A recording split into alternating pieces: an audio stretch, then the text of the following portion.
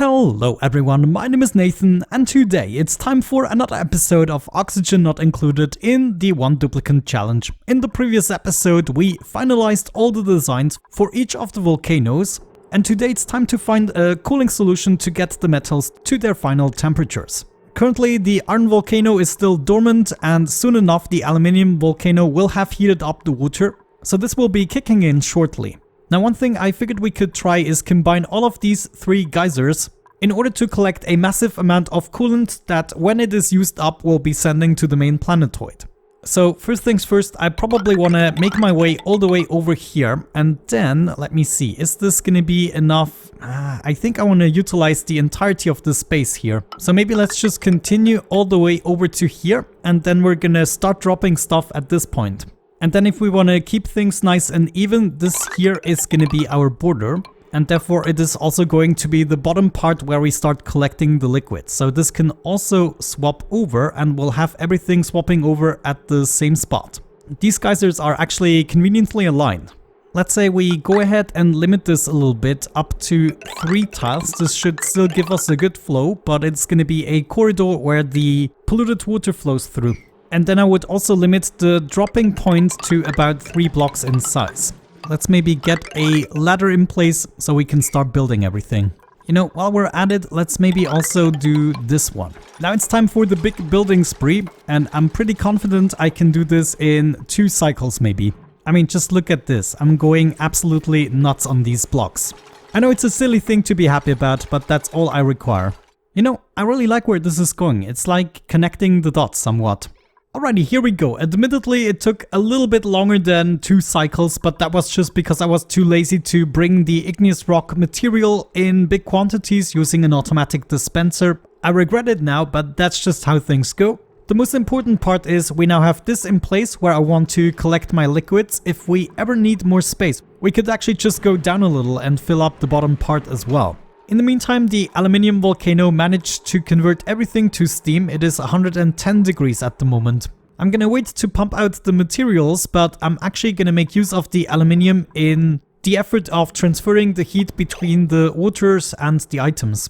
Now, in order to complete this, I think I wanna close this off. That will be for the better. And then if we ever need to access this part for a small contraption, we can do it. Though I'm not sure, maybe I'm gonna incorporate everything in the future. Like the top portion here could be our excess liquids that we just save, like a battery. We'll see, I do not know yet.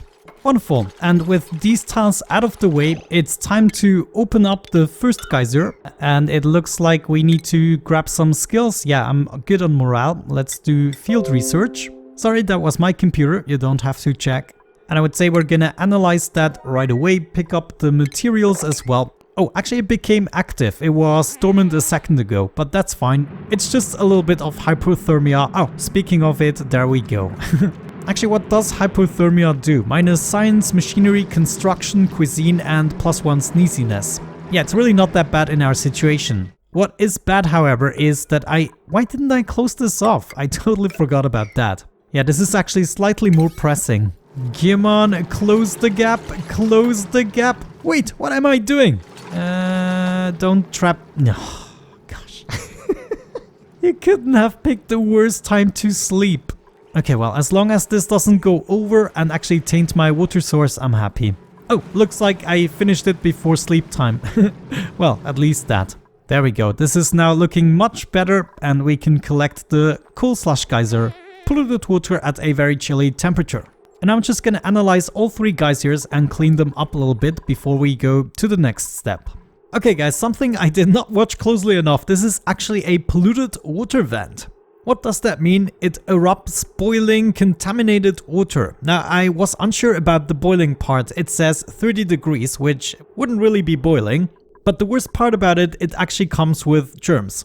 That is extremely disappointing. I also managed to somehow put it down here at the bottom. However, this actually made me think about the contraption a little bit more, and I figured what I would like to have as an output here is perfectly temperatured water and polluted water, or brine and polluted water in this case, that we're gonna send over to the main planetoid for consumption.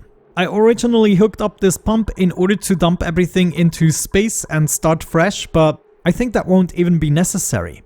What we could do with this part here, for instance, is make a temperature chamber. So for instance, we use the initial liquids to cool down the metals. This could happen right here, and then when the liquids are a little bit too hot, they will go into the equilibrium chamber. I'm not even sure what that word means, but it felt right in this moment. But we're gonna equalize the temperatures, and at 20 degrees, we're gonna pump it over to the main planetoid. And before we do that, we add another step right here to complete the build, and that is going to be to disinfect the liquids first. So what does that mean? I now activated the aluminium volcano. That means we are now actively cooling down the metals to around 150 degrees is what I set it to for this one, because 130 was a little bit low. But there we go. The first aluminium is actually coming up. It is still a little bit hot, but it's going to be fine. We will be able to build with it. And look at that. It's not even heating up the water that dramatically. This is nice. Anyways, what I wanted to do with the aluminium is set up a whole bunch of metal tiles, and we probably just start right here at the bottom. Yeah, let's do that. We're gonna set these up first, and then through each set of metal tiles, we're also gonna be needing a set of rail. Now, how much real estate can we really use? Let's say instead of bringing the metals over to this chute, we are first gonna bring them up, and this is where they're gonna be starting their journey. So for now, let me cut this off. Right here is going to be the starting point where all the materials are coming in, and they will be traveling through here all the way over. And I guess at some point we also need to check the temperatures, don't we?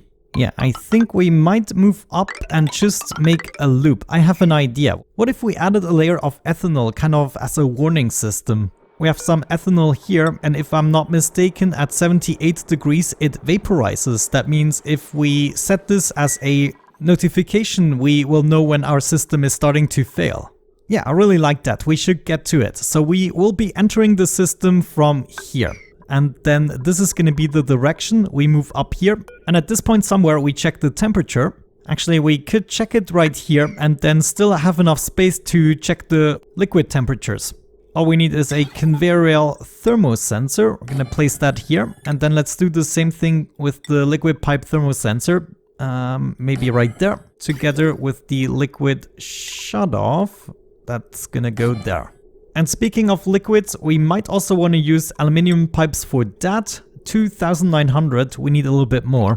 But essentially, we are gonna be conducting the same loop, all done with aluminium pipes. This should be a much larger loop, so we have a higher heat capacity and we can fight against incoming items. So the items only get one loop, but with the pipes we do something else. Can I... let me see. I have to do this in one go. But we're just gonna wiggle our way through. Actually, let me get rid of that part. We're gonna skip one row here. And this is gonna allow me to make a smooth loop. Now somewhere behind the shutoff, I'm gonna add a bridge so the liquids know in which direction they need to flow. I guess I'm just gonna do that right there. And we need to also add the same precautions for the items. Gonna do it at the same spot. Good, now that is a lot of aluminium already spent, but there should be more on its merry way. Yeah, still 3.5 tons and more is being cooled right now. This is actually looking pretty good so far, but it really depends. Look, the next dormancy is gonna be in 2.3 cycles. That is actually a real shame. I really hope we are gonna have enough aluminium. For the lack of materials, and because it is not really necessary, I think I'm gonna make the 2 inner rows out of gold and the rest is gonna be aluminium. That also means we're gonna be using gold tiles as our inner circle. Actually sounds pretty exciting if you ask me. And then the top rail here, I think I'm just gonna hide with another layer of igneous rock. Or we could use that to transport the wires. That actually makes more sense. Yeah, we just drag the heavy watt wire across this section. Nice. Okay, will you look at this, we're almost ready for the next step. I actually decided eventually I want to exchange everything with aluminium just because the thermal conductivity is so much better than gold or iron for that matter. But right now we don't have enough materials and the aluminium is all out, unfortunately. This is the last incoming batch, it's not going to be enough to finish anything, but at least we can already get it started. Now with this bottle emptier, I want to bring along some ethanol with enable auto bottle, and we're gonna do this with some priority. I actually have a pigeon pump here, another one there and one here, all of which are able to pick some up. Now we don't actually need that much ethanol in here, but I think I'm gonna do quite a bit just so that it doesn't fluctuate too much and we can really cover the entire floor. Looks like we are struggling with this tile here because there's a different gas in here. The liquid isn't allowed to travel further, but now that we built this tile, we can take it apart and the ethanol should win. Wonderful, that's what I'm talking about. We're also gonna clean things up and then we can already think about our exit strategy. I gotta be able to access the top portion here. Once we get the items out, we probably want to bring them directly to the transporter. Oh no, it's all the way over here. So I'm guessing we're just gonna go up, over and down. Yeah, that will be good.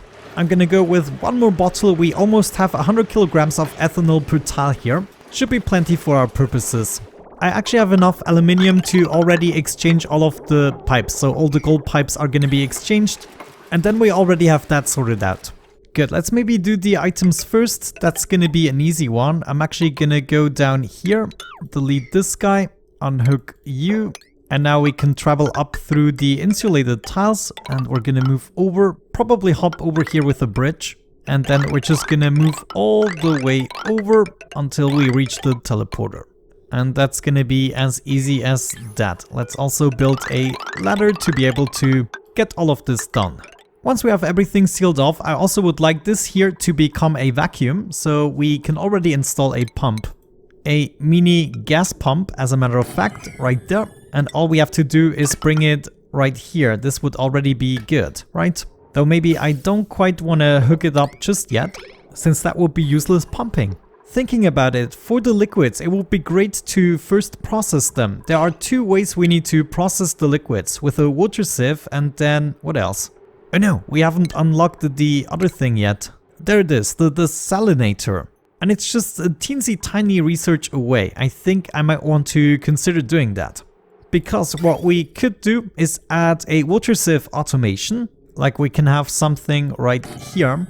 We then use a liquid filter somewhere along these lines. Out here I'm taking some insulated pipes. However, when we come to this part, we want to use radiant pipes again. And here I would be sorting out the polluted water also with radiant pipes, and it would be refined. And of course I'm using the radiant pipes to keep this room cool as well. After that we would be moving to the next floor where we do the rest of the refinement with the desalinator. Now all we need to consider is that this setup is going to require an auto sweeper. If we added an auto sweeper here, it would be able to cover the water sieve. All we need to make sure is that we can get some sand or anything else in here. And as a result, we would be getting polluted dirt. So we also have to get that out. And that would definitely be less convenient. Thinking about it, let me also drag the power up here. Yeah, I think we could add a temp shift plate here. And with temp shift plate, I meant heavy watt joint plate, of course. But yeah, this is going to allow us to hook everything up quite easily. Now the problem here is we cannot really fit a conveyor loader and a receptacle at the same time, unless we made this a little bit higher. So if I made this higher, I could fit the auto sweeper here. Actually, reading this, I see another problem. We can only process 5 kilograms at a time. That means we need 2 water sieves to accomplish what I would like to do. I cannot really fit them. Yeah, you know, I think I'm actually gonna do the research so I know how big the desalinator is, and then I might be able to come up with a better design. Just give me a brief moment. We're gonna delete all of that for now, and then I'm gonna be right back with the desalinator researched and a plan what to do. Alrighty, it is now almost completed, at least the item cooling part. As you can see here, we have our water loop.